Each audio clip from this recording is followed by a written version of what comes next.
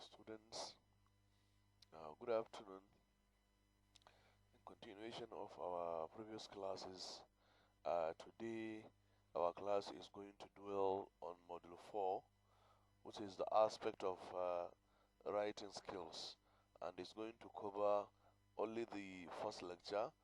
And in our next class or in our next meeting, we're going to continue with the second lecture or the second segment of the lecture of Module. As you are already aware, class, we are in the first semester 2020-2021 session, and the course is GSP 1201/2201, which is use of English. And the group we are dealing with is the Department of Physics and that of Mathematical Sciences.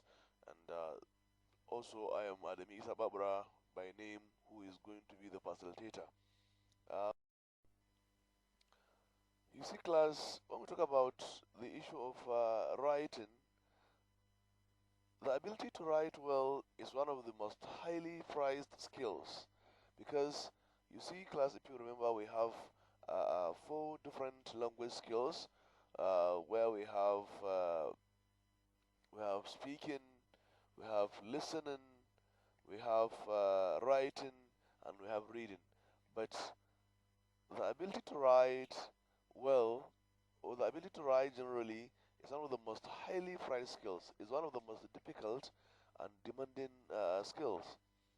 It is a skill developed by practice, accompanied by a thorough knowledge of grammar, punctuation, and spelling, which we use to enable other people to understand what we want to say. You cannot write and make sense, class, without having a thorough knowledge of grammar. And then punctuation, which is the mechanics, usually controls our writing and also the spelling. Because when there is issue with your spellings in your writing ability, there is every tendency that you may be misunderstood. Therefore, class, when we talk about these aspects, we also have to pay attention to the grammar. Grammar, class, is the order and the style in which we arrange the words. Also, when we talk about punctuation in relation to writing, is the method of separating or linking words together, phrases and sentences, to make meaning clear. Because you know, class, when you want to write, you have to look or take into consideration the issue of words. From there, you move to phrases and then sentences. Because there are sentences that are only words.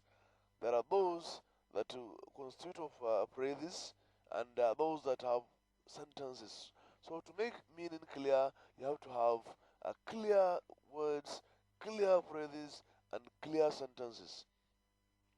Paragraphs are also used to what? To separate materials into topics.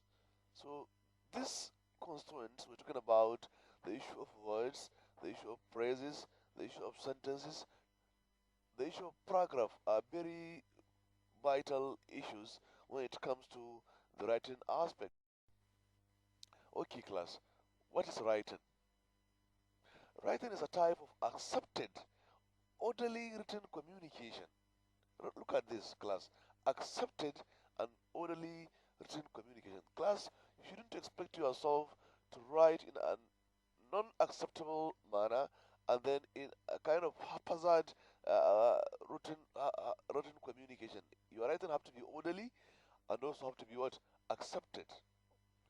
It uses, for us to achieve writing, writing uses words, that is, it translates sounds into readable codes or symbols, because we just put into writing some codes or symbols to communicate meaning. That's when we have writing. And then these words and symbols have to be known as alphabets, or were known as alphabets in writing. In writing, class, alphabets are combined into words and words into phrases, which are then what? Developed into clauses or sentences.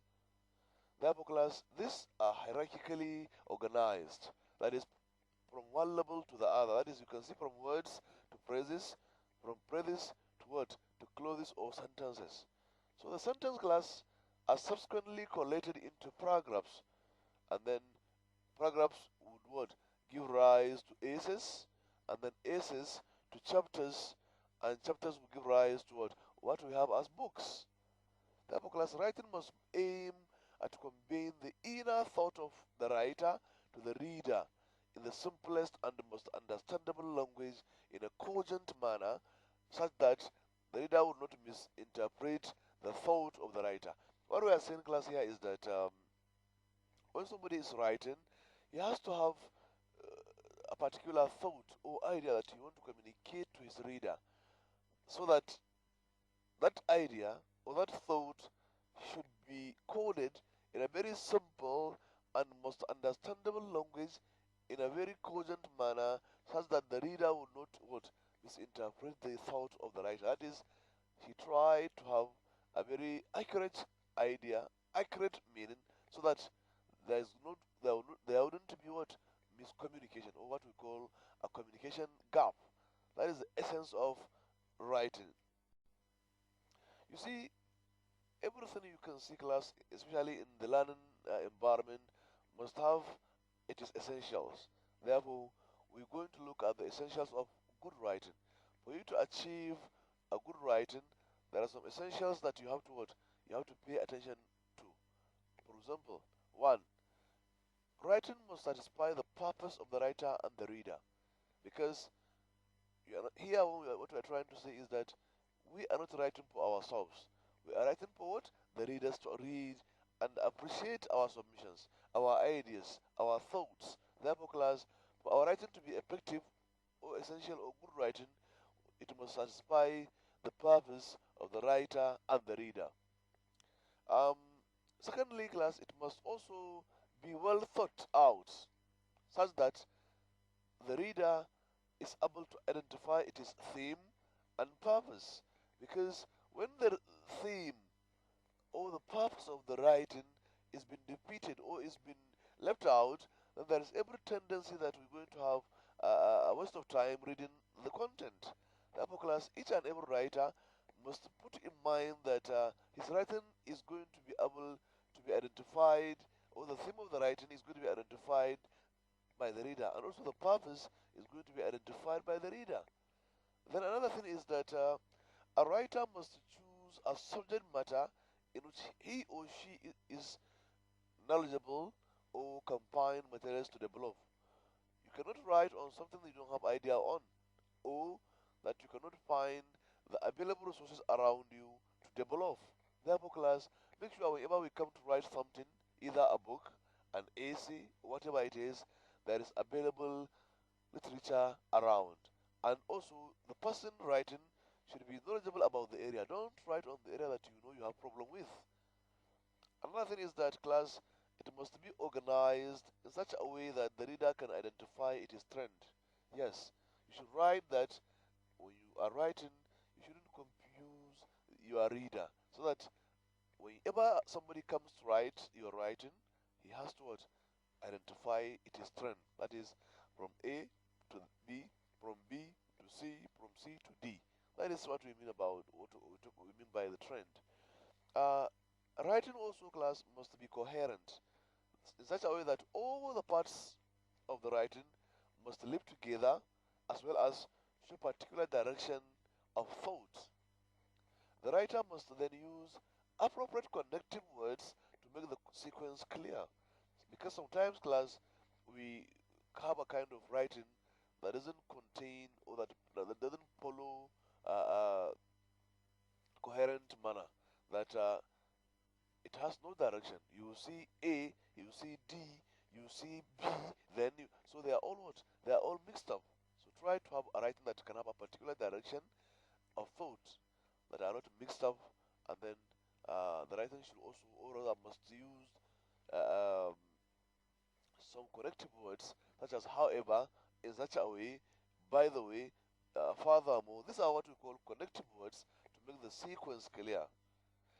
Another thing, class, or another essentials is another part of the essentials of good writing is that the words chosen must be sufficiently comprehensible for the reader to understand the contents of the writing, because somebody may choose to impress the reader by using very big words. No, that is not a very good writing skill.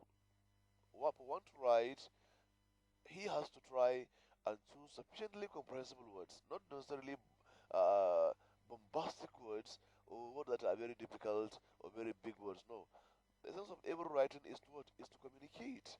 Therefore, for one to communicate, he has to choose a sufficiently comprehensible words for the reader to understand the contents of the writing. The next thin class is for the writer to use the grammatical structures that are correct. For example, use of concord, his spellings of words, and correct punctuation. Because when anything of this out of these three is missing, then there's going to be a problem.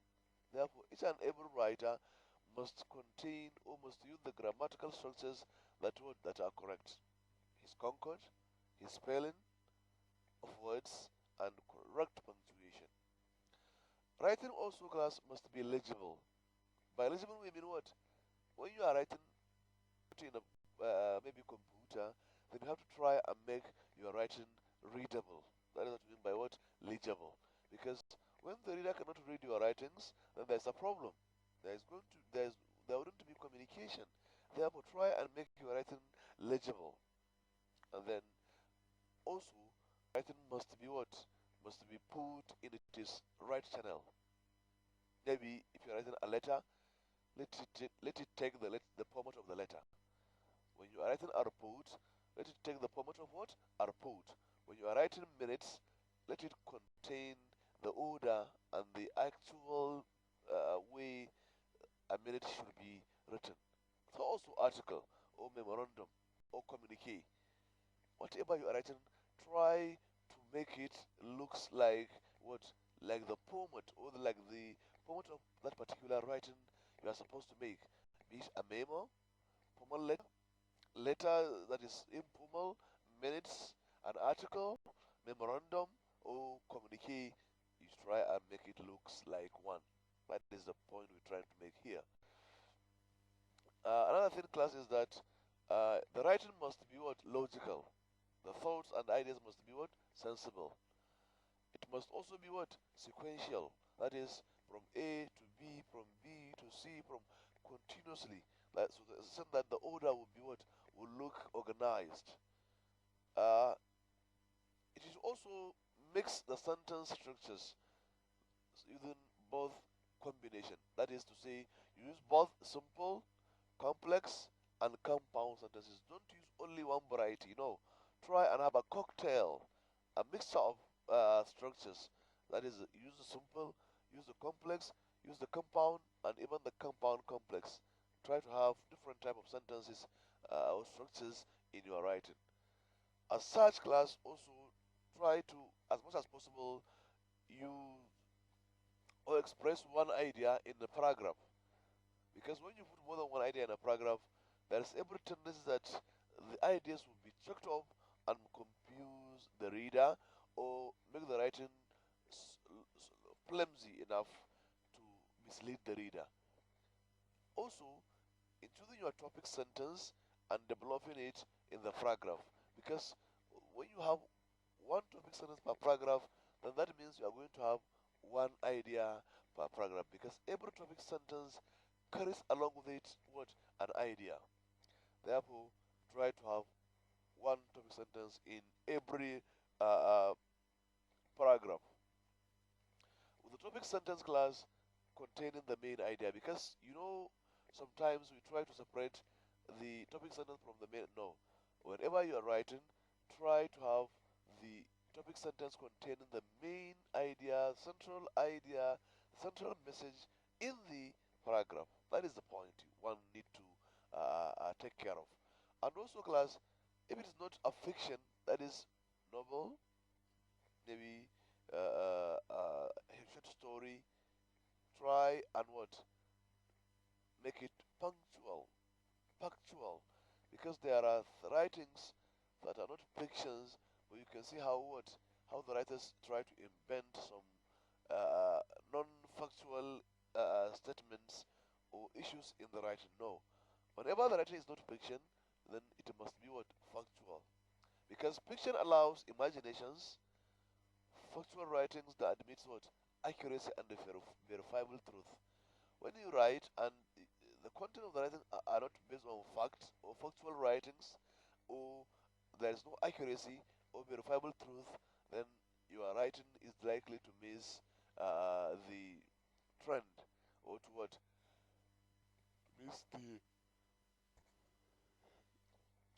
the purpose you try to achieve.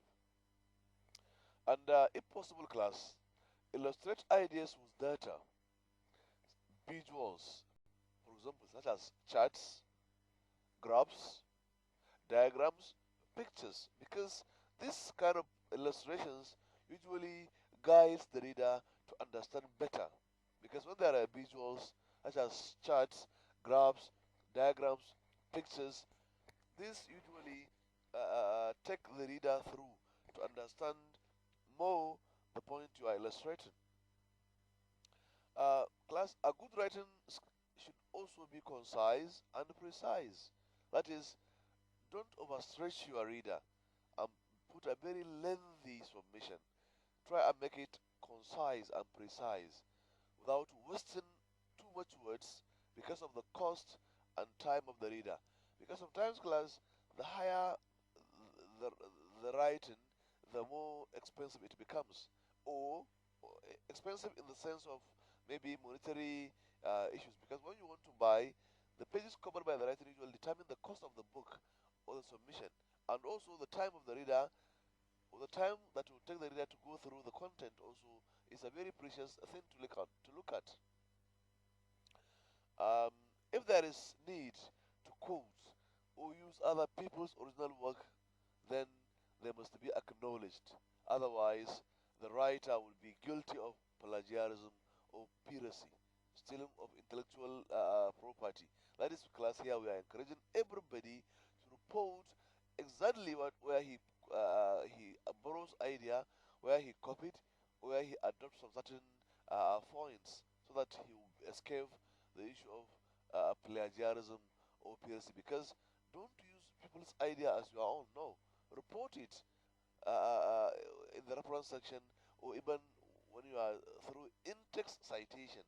Report your source in such a way that you will not be blamed of stealing of intellectual property. Now, let's look at the paragraph development. What is a paragraph? A paragraph, class, is a group of sentences that express a single idea. Like we said before, each and every paragraph is supposed to take a single idea. So here we are defining a paragraph as a group of sentences that expresses a single idea. It is a group of sentences that talk about a particular topic, because each and every paragraph should specify or should be dedicated to talk about a particular topic.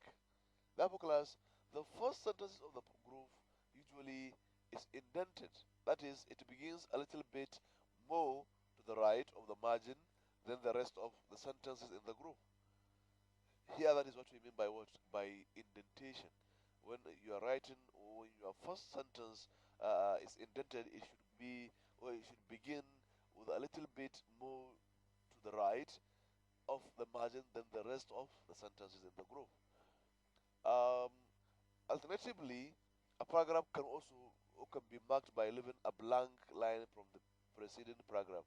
When you want to make a paragraph, try to maintain different gaps or spaces between the previous paragraph and the next paragraph, so that it will be understood as a paragraph. Because when you make only the same spaces, they will be misunderstood as different sentences, not a paragraph.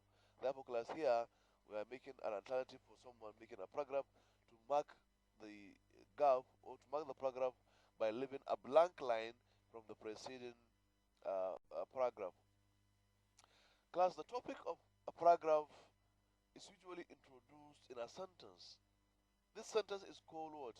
The topic sentence, which can be introduced at either the beginning of the sentence, or the middle of the I mean the beginning of the paragraph, the middle of the paragraph, or sometimes at the end of the paragraph. You have options where to locate, where to situate, where to put your topic sentence. The topic of a paragraph is usually introduced, as I told you, in a sentence. The topic sentence can do more than introduce the subject of the paragraph. A good topic sentence states an idea of or an attitude, because usually when you start reading, especially when the topic sentence comes at the beginning of the paragraph, that is when you see the general information or the message or the idea of the paragraph. That is the controlling idea about the topic, as well as which controls what the sentence in the paragraph will discuss. Yes, that is what you mean by what? A topic sentence. How can you recognize the topic sentence when you see it or when you come across it in the writings or in an AC? So here we're going to look at recognizing the topic sentence. Where should the topic sentence be placed in the paragraph? As I told you earlier, class, because it usually introduces the entire writing, the topic sentence is often, that is, in many times, placed at or near the beginning of the paragraph. Because immediately the reader comes to read the paragraph, the first thing he's going to look at is what? The topic sentence, because it contains the general idea or the general message. That's why it is usually placed at or near the beginning of the paragraph. It can be placed near the middle or end of the paragraph, depending on the type of paragraph a person is operating with, or is using, or is applying. Sometimes, class, both the topic and the controlling idea are not stated clearly in one sentence, but they are what? They are still present. You don't have to see it clearly in the paragraph. No.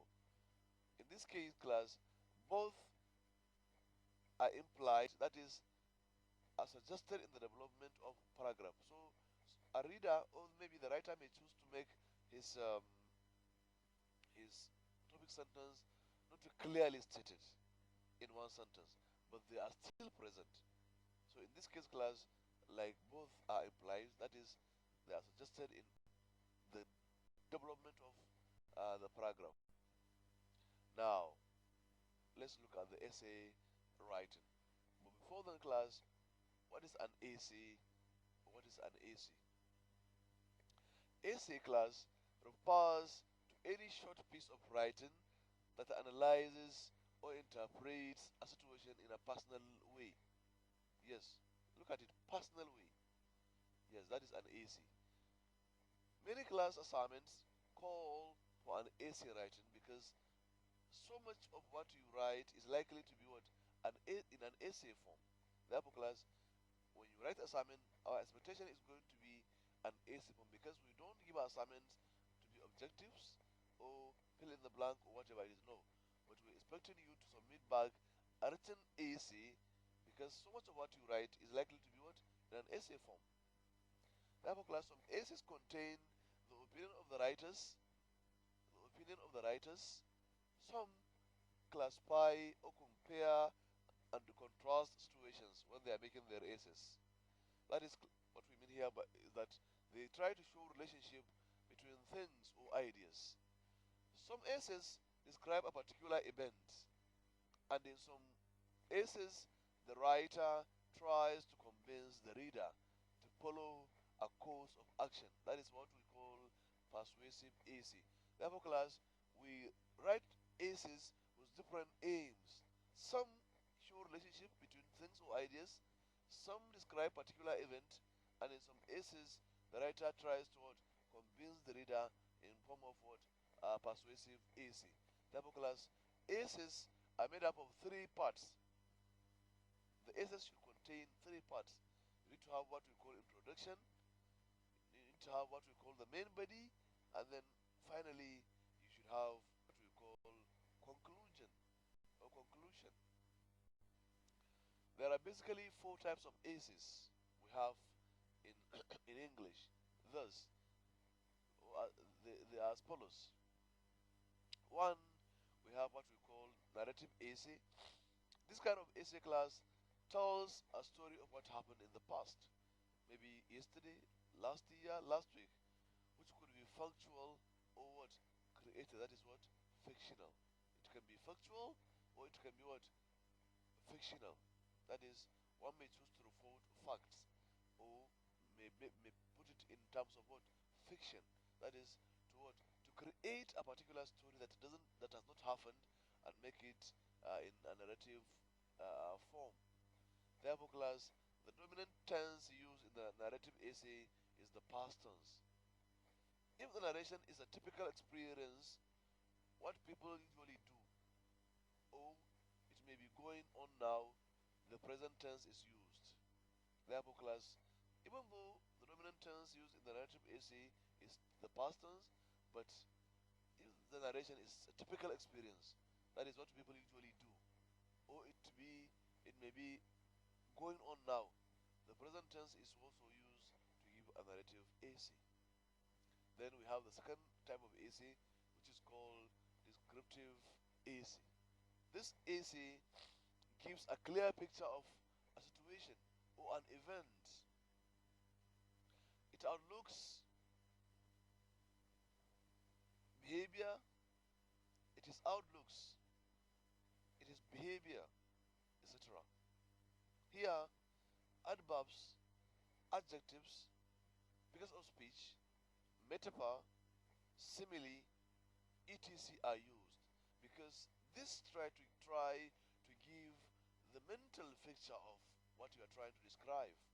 So this kind of things such as adverbs, adjectives, figures of speech, metaphor, simile are going to describe better what you are trying to paint or the picture you want to paint.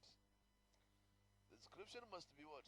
Organized so that the reader can vividly imagine the scene or object or person being described. Because sometimes you may describe an object, you may describe a scene, you may describe a person or anything. Therefore, class, the description must be organized so that the reader can vividly imagine the scene or the picture of an object or a person you are what you are drawing or you are painting or you are describing. Number three class AC we're talking about is termed as argumentative AC. This type of AC class presents a point of view convincingly for the reader to share or to agree, because whoever involves or engages in this kind of AC, his his main goal is to what? Is to persuade the reader to agree with his stand or to agree with his points or to convince the reader about a particular thought or idea. It is meant to either persuade, prove a point, or discuss problems by giving various sides of the argument, with or without solution, and use facts where necessary. Because when you are arguing and you lack facts, then there's a problem. Nobody will agree with you, or you wouldn't persuade or convince anybody without a concrete or a very good facts. The lastly class, we're going to look at the expository AC. Expository AC. This involves what? Giving explanation or specific directives. It is a kind of AC that enlightens the reader through analysis, through comparison and contrast, classification and exemplification. The aim is to what? Is to instruct or to inform. This kind of essay class tells us what? The process or how something is done. That's why we said it involves given explanation or what? Specific directives. It is a kind of essay that enlightens the reader through analysis, comparison, and contrast. Maybe like a reading manual. When you buy a fridge or a motor or a car, sometimes it comes with what? A manual that will teach you how, or guide you how to operate it. So this kind of ACEs perform the same function with what? With the operation manual. Now, that is for the AC. Now let us look at the letter writing. It's another form of writing.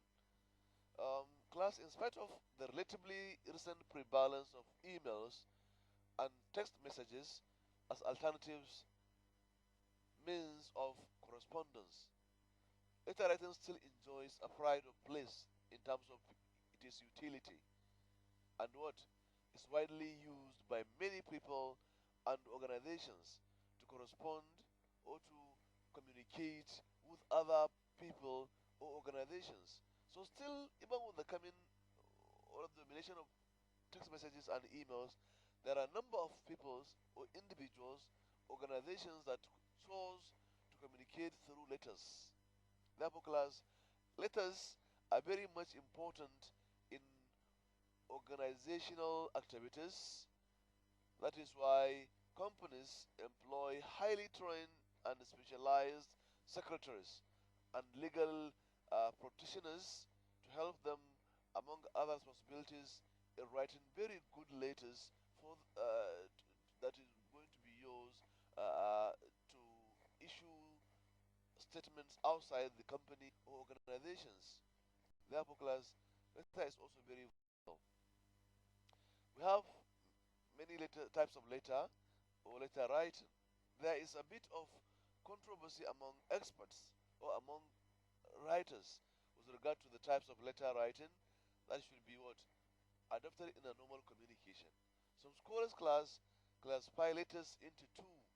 That is what formal and informal, while others still retain the older classification of letters into three classifications, where we have the formal, we have the informal, and we have what the semi-formal. And it is important, class, to note that the type of a letter is determined by the tone of the letter, the tone used, the physical features, and the purpose of for which it is written. These three things usually is determine the type of letter a person deal with: the tone, physical features, and what the purpose for which it is written. Usually determine the letter you are dealing with. Now, let's look at the first type, which is what the formal letter.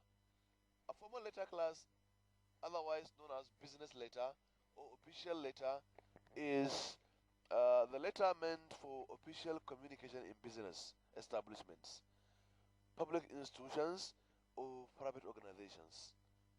A formal letter may take the form of an application letter, letter of complaint, letter of request, letter of inquiry, or letter of acknowledgement, among others. Therefore, class, all these form what we have as formal letter. The language of formal letters should be accurate, should be concise, clear, and strictly formal without unnecessary greetings or show of familiarity. Even if the person you are writing to is your dad or is your brother, you try and avoid the or showing familiarity or using unnecessary greetings in formal letter. It is usually short, concise, and clear. It is also advisable that a writer of a formal letter should avoid such language usage or such language usages as ambiguity, contraction, slangs, cliches, idioms, proverbs, wordiness, archaisms, and abbreviations. All this should be avoided in writing a formal letter. When you write with ambiguity, there's every tendency that the, the message may not reach the reader. Or contraction also sometimes misled the reader.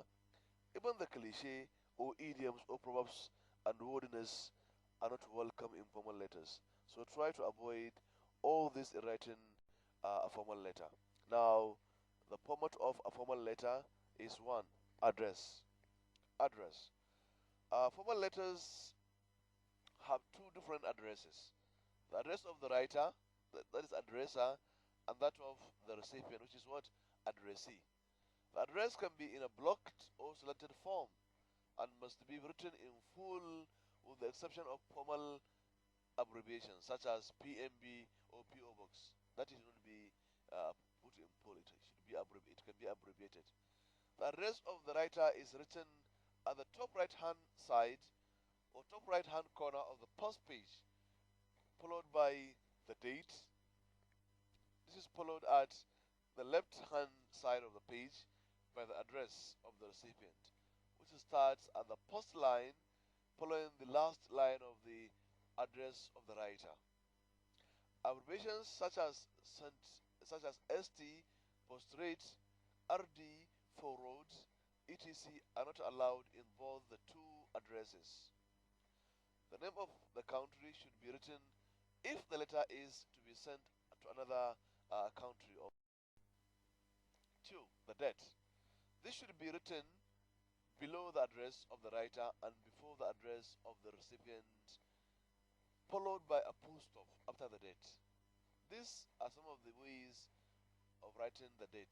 You should either write, for example, 2nd April 2016, or you write 02/04/2016, or you write 02 and then use hyphen slash, use hyphen 04 then hyphen then 2016, or you use April 2nd 2016. All these are welcomed, or can be applied, or can be used. Now, number 3 is what? Salutation. Salutation class is the kind of greeting with which the writer opens his or her letter. It is written at the left hand side of the paper, immediately below the address of the recipient. Salutation is always followed by a comma. For example, dear sir, comma, dear madam, comma, etc. Here, abbreviations are allowed with titles such as Mr., Mrs., Miss, Doctor with Dr., etc. So all these are welcomed. However, one can decide to drop the full stop after each title. After Mr., Mr., then you use full stop. After MRS, Mrs., you use full stop. After Miss, you use full stop. After Dr. as a doctor, you use full stop. And after the salutation, then we have the title or heading of the letter. Heading of the letter. This is written below the salutation and shows the subject matter of the letter. Titles or headings can be written in either upper or lower case. However, if written in lower case, titles must be underlined. Also, a writer may decide to write titles in bold print, depending on the choice of the writer. The number 5 is what? The body of the letter. This section contains all the information which the letter aims to pass across. This section also contains the introduction, middle, and the conclusion of the letter. The introductory part gives background information and the purpose of the letter. The middle part presents and develops the item of information the letter is intended for, and in what? In short paragraphs. The concluding part states the desire or hope about what should happen next. This is done in order to avoid abrupt ending of the letter. And then the letter should also have what we call the complementary clause or subscription. This is written about 2 lines from the body of the letter at the end or at the left or right of the page. The most acceptable form of complementary clause or subscriptions in formal letters are yours specifically with Y in uppercase and F in lowercase.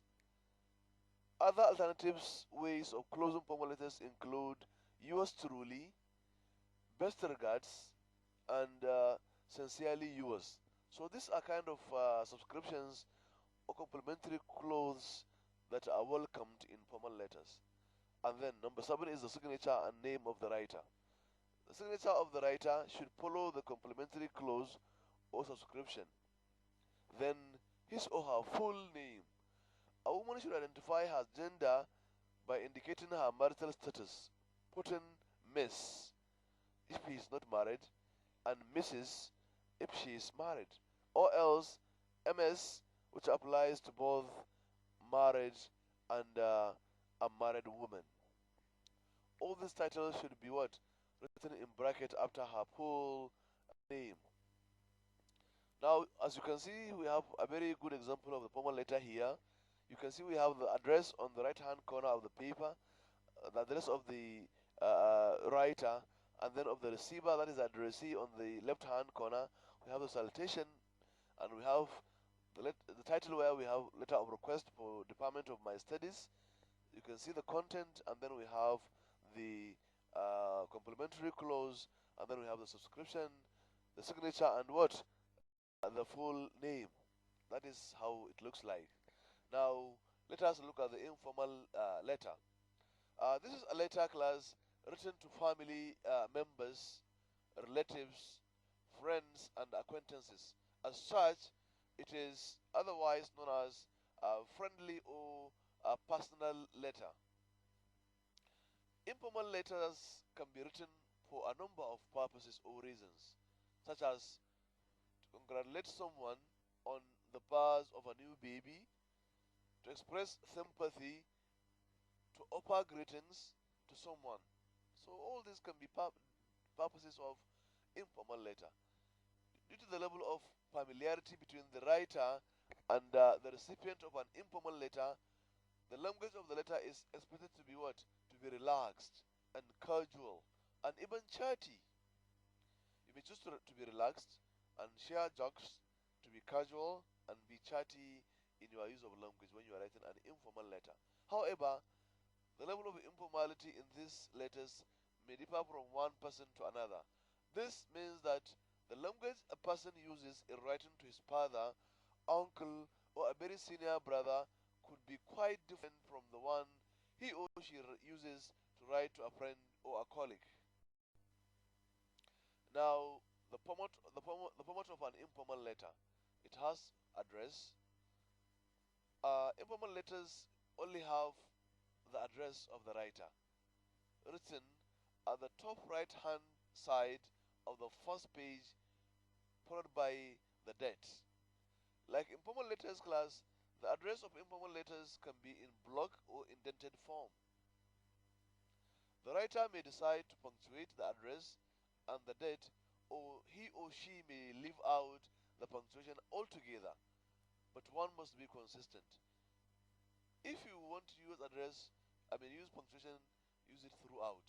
And if you want to avoid it, or if you want to leave out the punctuation, then you leave it altogether.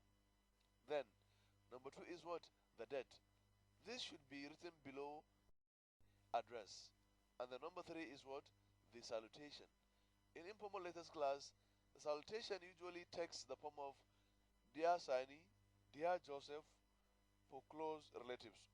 One can use my dear mother, my dear daddy, or but if you are writing to a friend, you may choose to write Dear Sani or Dear Joseph and mention his name. But for close relatives, one may choose to use my dear mother, my dear daddy, etc. Note that writer may decide to write the salutation in upper and lower cases as the above examples show, or he or she may capitalize only the first letter of the salutation, as in my dear brother. So the post M there should be capitalized, and all the other content that follows should be what? In lower cases. The salutation is always followed by what? A comma. After the salutation, you need to have what? A comma. And the number four is what? The body of the letter. The body of the letter. This is the stage where the writer explains the message he or she wants to convey to the reader.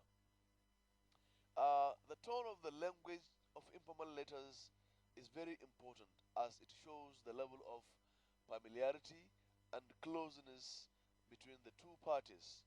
In this kind of letters, a writer may share jokes, use idioms and slangs, unlike informal letters.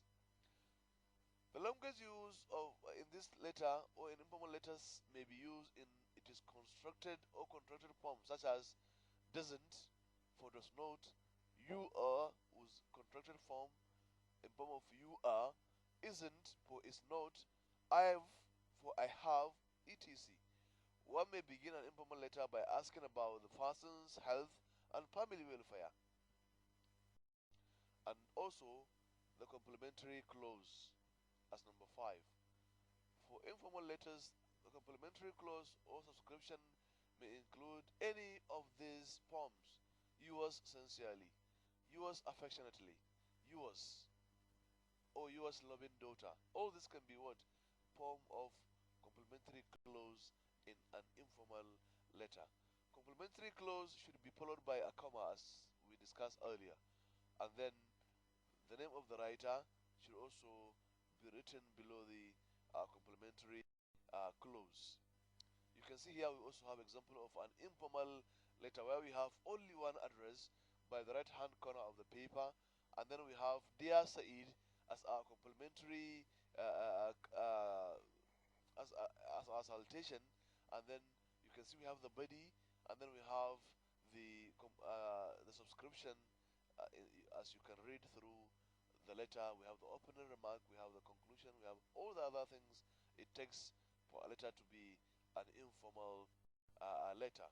Now, let's look at the last part, which is the semi-formal letter.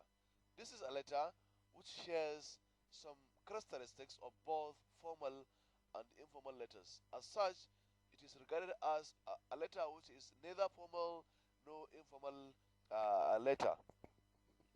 A semi-formal letter class is the letter one writes to someone she or she knows, but doesn't but does not share Alhamdulillah. Alhamdulillah.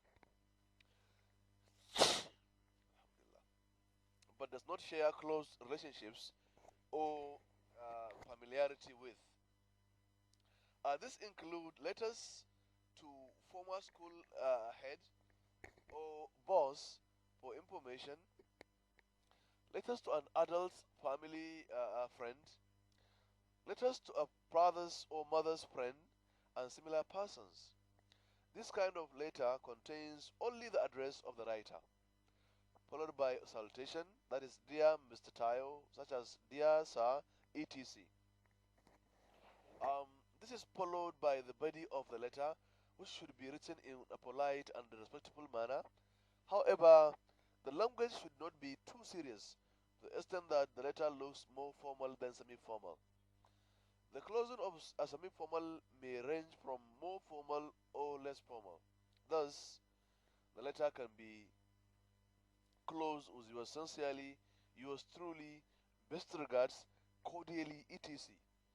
Finally, class, the writer should write his or her name in full, or his or her initials and the surname below the complimentary clause. This is the end of lecture 1 on this module. That is module 4 on writing,